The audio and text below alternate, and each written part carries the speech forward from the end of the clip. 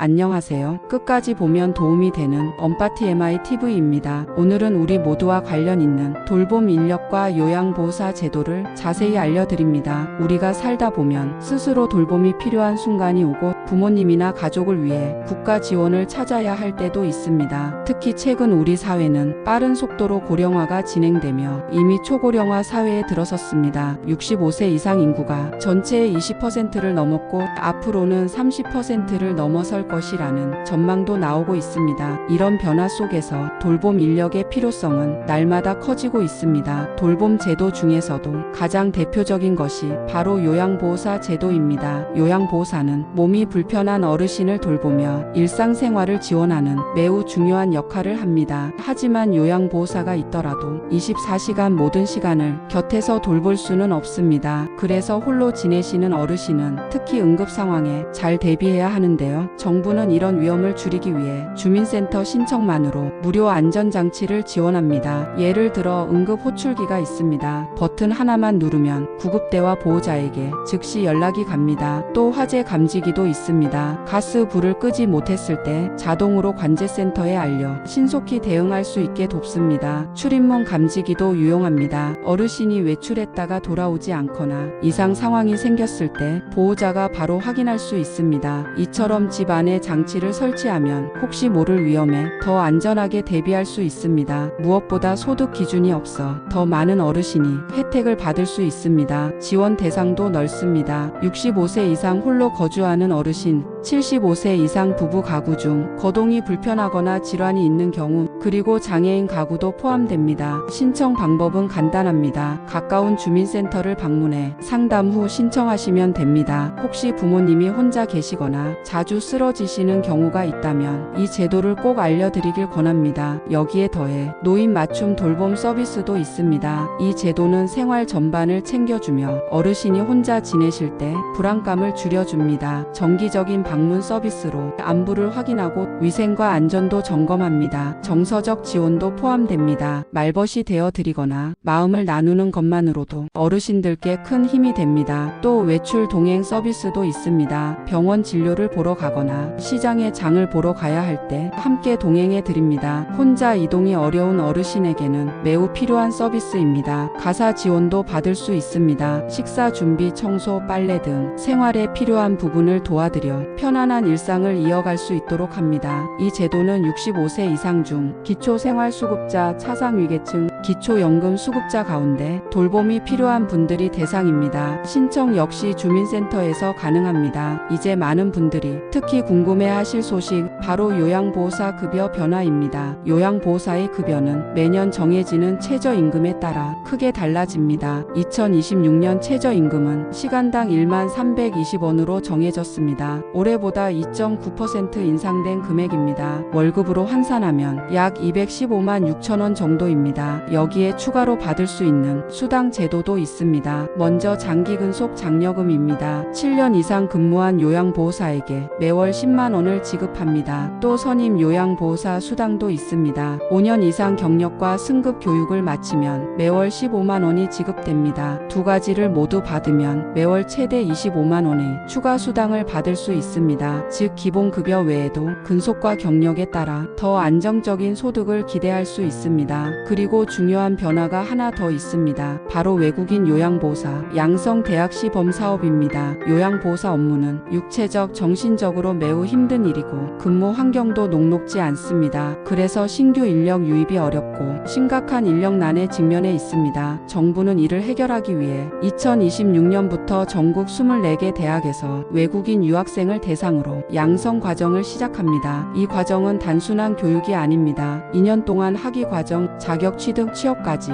모두 연계됩니다. 또 맞춤형 한국어 교육이 포함되어 외국인들이 한국 사회에 안정적으로 적응할 수 있도록 돕습니다. 명지 전문대, 경인여대, 보건대 등 전국 24개 대학에서 진행되며 2026년부터 2027년까지 시범 운영됩니다. 물론 이에 대한 의견은 갈립니다. 돌봄 인력 부족 문제를 해결할 수 있다는 긍정적인 평가가 있는 반면 현직 요양보호사분들은 고용 불안과 임금 하락을 걱정하기도 합니다. 반대로 전문 교육을 받은 인력이 늘면 서비스 질이 향상되고 이용자 만족도가 높아질 것이라는 긍정적인 전망도 있습니다. 정리해보면 우리 사회는 빠르게 고령화되고 있습니다. 돌봄 인력은 더 많이 필요하고 정부는 요양보호사 제도를 강화하며 새로운 정책을 꾸준히 내놓고 있습니다. 안전장치 지원, 맞춤 돌봄 서비스, 외국인 인력 양성까지 다양한 제도가 시행될 예정입니다. 이런 변화는 곧 우리의 일상과 직결됩니다. 혹시 부모님이나 가족 또는 본인에게 필요한 제도가 있다면 꼭 확인하시고 신청해 보시길 바랍니다. 오늘도 끝까지 시청해 주셔서 정말 감사합니다. 구독과 좋아요, 알림 설정 꼭 부탁드립니다.